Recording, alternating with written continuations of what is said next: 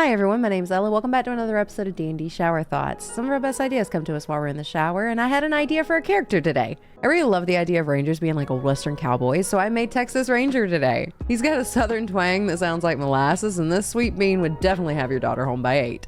Molasses just sort of spilling out of your mouth. This ranger is actually multi-classed into a fighter and is proficient in animal handling, insight, investigation, perception, persuasion, and survival. His passive perception is extremely high. Nothing is going to get past this guy. He is going to make sure that what he cares about is protected. Eyes of a ranger. And if something happens to where he cannot protect them, he is ready with healing hands, cure wounds, and lesser restoration. Help is on the way, dear! Of course, what's a cowboy without a dog? Walker, Texas is 8 levels of Beastmaster Ranger, meaning he gets a companion. And what better companion for our cowboy than a blue healer? This blue healer's name is Blue. Walker, Texas isn't very creative. His intelligence is his dump stat. You're not very bright, are you? But Blue can attack, dash, disengage, or help during combat. If you don't issue a command, then he takes the dodge action. I imagine Blue running around with a little field medic vest with a bunch of healing potions and elixirs. So we know Walker Texas is 8 levels in Ranger, but he's also 12 levels in Fighter, specifically Gunslinger. This character is very gentle and kind, but if you threaten something he cares for, such as his ranch, his dog, or his friends, he's gonna come after you and he is not gonna miss. I never miss. Walker Texas is best with ranged weapons, specifically rifles and shotguns. And since he's a fighter, he gets the opportunity of another attack with Action Surge. He's already got 3, why not make it 4?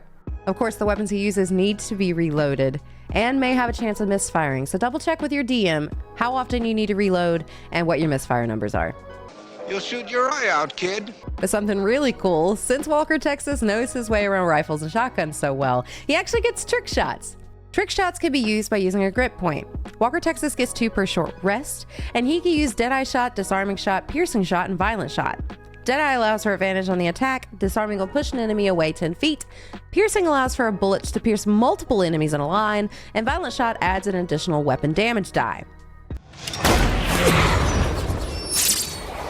Keep in mind the misfire number for these weapons though. If your die rolls that number or lower, the weapon jams and cannot be used again until it's repaired.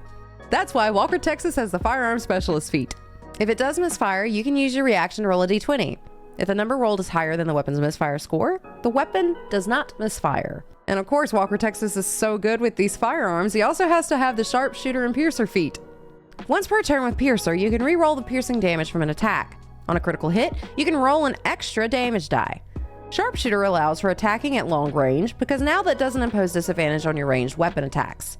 And your ranged weapon attacks ignore half cover and 3/4 cover. Before you make an attack with a ranged weapon that you are proficient with, you can actually choose to take a -5 penalty on the attack roll and add an extra 10 to the attack's damage. Lastly, Walker Texas is a cowboy. We know cowboys ride horses.